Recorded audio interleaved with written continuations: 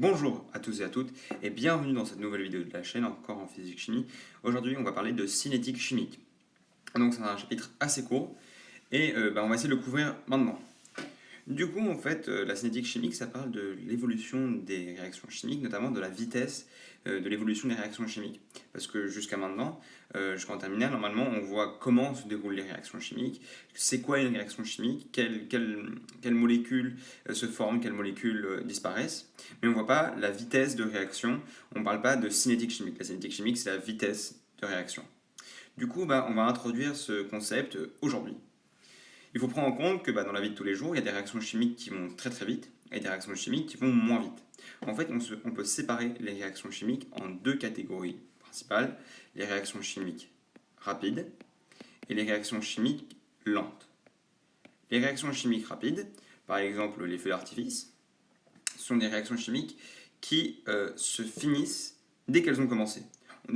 Dès que les réactifs rentrent en contact, on a l'impression qu'elles ont déjà fini, comme les feux d'artifice. Par contre, les réactions lentes, ce sont des réactions qui mettent du temps à se compléter. Si, à l'œil nu, on arrive à voir le développement de la réaction, alors c'est une réaction chimique lente. Même si au final ça dure que 5 ou 6 secondes. Si nous, en tant qu'humains, on arrive à percevoir l'évolution de la réaction, c'est-à-dire que la réaction est lente. Une des réactions chimiques lentes les plus connues, notamment, c'est la rouille. La rouille des bateaux, la rouille du fer de manière générale, ça prend beaucoup de temps et donc ça peut se voir à l'œil nu. En fait, c'est tellement lent qu'on a du mal à le voir à l'œil nu. Il faut juste prendre des photos à plein d'intervalles différents pour pouvoir en fait se rendre compte de l'évolution de la rouille. Mais du coup, en fait, ces deux catégories, elles ne sont pas vraiment équilibrées. Rapide, c'est tout ce qui se fait de manière instantanée et lent, c'est tout ce qui se fait de manière pas instantanée. Donc, dans les réactions lentes, on peut avoir des réactions qui prennent 2-3 secondes, comme des réactions qui prennent plusieurs millions d'années. Et en fait, il y a des réactions qui sont tellement lentes que l'évolution n'est même pas perceptible. On parle de réactions infiniment lentes. Voilà. Donc ça, c'est les bases de la cinétique chimique. Maintenant, on va voir ce qui influe sur les vitesses de réaction de nos réactions chimiques. Parce qu'en fait, les réactions chimiques, elles n'ont pas toujours la même vitesse. Si on mélange deux réactifs ensemble, en fonction des conditions de température et de pression, par exemple, la réaction peut aller plus ou moins vite. Et ça, c'est ce qu'on appelle, attention, les facteurs cinétiques. C'est un mot à retenir. Les facteurs cinétiques, ce sont tous les facteurs, toutes les conditions qui peuvent influencer la vitesse de réaction, qui peuvent l'accélérer ou la réduire. Un des facteurs cinétiques les plus connus, c'est la température. C'est bien connu que plus la température est importante, plus la réaction chimique va vite. Ça, c'est parce que la température, ce n'est rien d'autre que le reflet de l'agitation des molécules. Du coup, plus la température est élevée, plus les molécules des réactifs vont se déplacer vite. Et donc, surtout en solution, si on augmente la température, ça augmente le nombre de réactions chimiques par seconde, donc ça augmente la vitesse de réaction. Un autre facteur cinétique qui est assez intuitif, c'est la surface de contact, surtout quand on parle de réactifs solides. Par exemple, si on essaye de dissoudre du fer avec de l'acide, ou par exemple si on regarde la rouille du fer, si la surface de contact entre le fer et l'extérieur est très limitée, la réaction va aller très lentement. Par exemple, si on a une sphère parfaite de fer, dans ce cas-là, la réaction va prendre des plombes. Si on a une sorte de mousse de fer avec plein de trous, là où l'air ou l'acide peut s'introduire et la surface de contact est multipliée par 20 ou par 40, dans ce cas-là, la réaction ira beaucoup plus vite. Ça, c'est assez intuitif. Un autre facteur cinétique qui est assez intuitif aussi, c'est la concentration. Plus les réactifs sont concentrés, plus il y a de réactions chimiques par seconde, plus ça va aller vite. Et finalement, le dernier facteur cinétique qui a lieu, c'est l'éclairage. En effet, l'éclairage, ça peut accélérer une réaction chimique. Ce n'est pas le cas pour toutes, mais c'est un autre facteur cinétique. Par contre, il ne faut pas oublier que les facteurs cinétiques sont des facteurs qui s'appliquent aux réactions lentes. Les facteurs cinétiques, ça accélère ou ça diminue des réactions, mais on ne peut que accélérer une réaction si elle n'est pas instantanée. Si la réaction est de base instantanée, ça ne sert à rien d'accélérer ou de la ralentir, vu que de toute façon, elle est quand même instantanée. Donc les facteurs cinétiques, on se souvient, ça implique seulement les réactions lentes. Et du coup, le dernier facteur cinétique important, c'est les catalyseurs. En fait, c'est un facteur cinétique un peu plus complexe et donc on va passer le reste de la vidéo à parler de ce facteur cinétique en particulier. Du coup, Les catalyseurs, c'est quoi?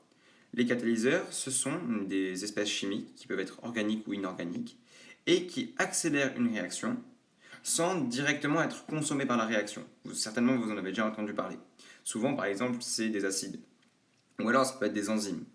En fait, les catalyseurs sont des espèces chimiques qui permettent d'accélérer la réaction, une réaction lente, en la décomposant en plusieurs petites réactions qui sont plus rapides. Et donc au final, la somme de ces réactions plus rapides va plus vite que la réaction de base lente. En fait, ça offre une route alternative à la réaction. C'est ce qu'on va voir. Prenons par exemple cette équation. Donc S2O8 de moins plus 2I- donne 2 ions sulfate plus de l'iode. Cette réaction, elle est lente. En fait, elle est assez lente et ça colore une solution. À l'œil nu, on voit très bien l'évolution de la couleur. En fait, en fonction des concentrations des réactifs et de la température, ça peut prendre jusqu'à une dizaine de minutes pour que la teinte de la solution reste la même.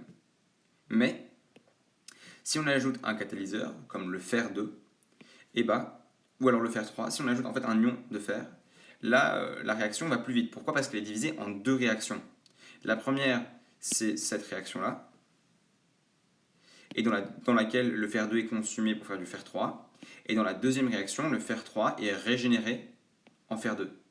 Du coup, si vous remarquez, pour 2 fer2 consumés, on obtient 2 fer3, et pour 2 fer3, on obtient 2 fer2. Ce qui fait qu'en permanence, le fer2 est régénéré. Du coup, le fer, c'est un catalyseur. Bien qu'il participe à la réaction, comme il est régénéré totalement à la fin de la réaction, c'est un catalyseur. La seule chose qu'il fait au final, c'est proposer une route alternative à cette réaction.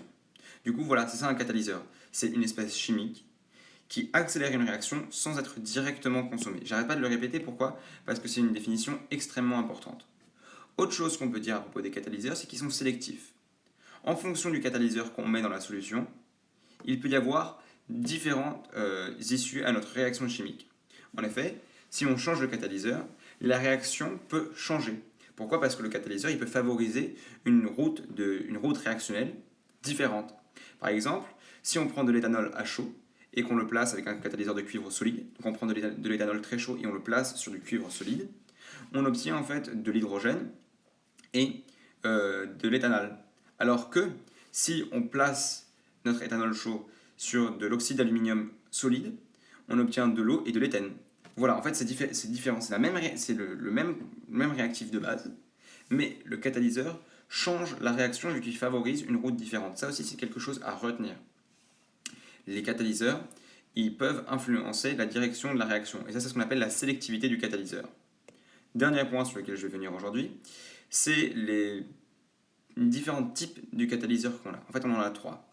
On a les catalyseurs homogènes, les catalyseurs hétérogènes et les catalyseurs enzymatiques. Donc, qu'est-ce que ça veut dire? Les catalyseurs homogènes sont des catalyseurs qui sont dans la même phase physique que les réactifs. Du coup, par exemple, si on a une solution avec deux produits dedans, et du coup, on ajoute une goutte d'acide pour accélérer la réaction.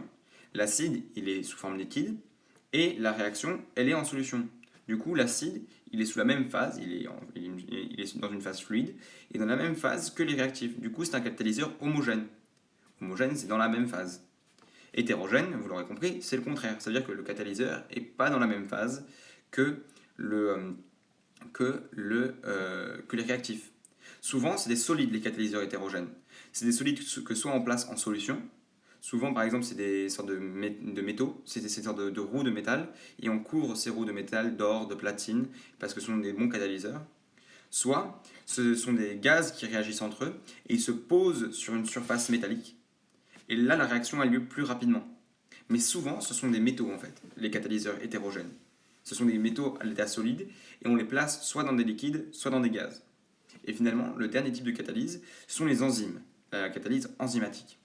Les enzymes, ce sont des catalyseurs organiques. En fait, ce sont des molécules, ce sont des protéines fabriquées par la plupart des êtres vivants, en fait, par quasiment tous les êtres vivants, et elles servent à accélérer la réaction, et ce sont de loin les catalyseurs les plus efficaces. Ils peuvent augmenter de 10 ordres de grandeur la vitesse de réaction. C'est énorme. En fait, ils sont très très très spécifiques. ils ne peuvent s'attacher qu'à un seul réactif et donc ils augmentent la réaction de un seul réactif. En plus de ça, les enzymes, elles sont sensibles.